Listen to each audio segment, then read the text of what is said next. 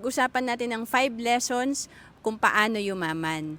Una is have financial plan. Importante may plano tayo. Kami mag-asawa, every week meron kaming planning and alam namin dapat yung mga priority namin for that week. And every quarter, ina-assess namin yung financial namin. Gumagawa kami ng report, meron kaming assets and net worth monitoring. And then, pangalawa, have a backup career. Importante may multiple sources of income tayo. Pangatlo, know the wealth formula. Alam mo dapat yung kalaban at kakampi ng pera mo. Kalaban natin ang inflation, tax, and kakampi natin ng oras, money, at yung rate of return, kung magkano yung kinikita ng pera natin. Kung mataas, marunong tayo mag-invest, kakampi natin ng interest.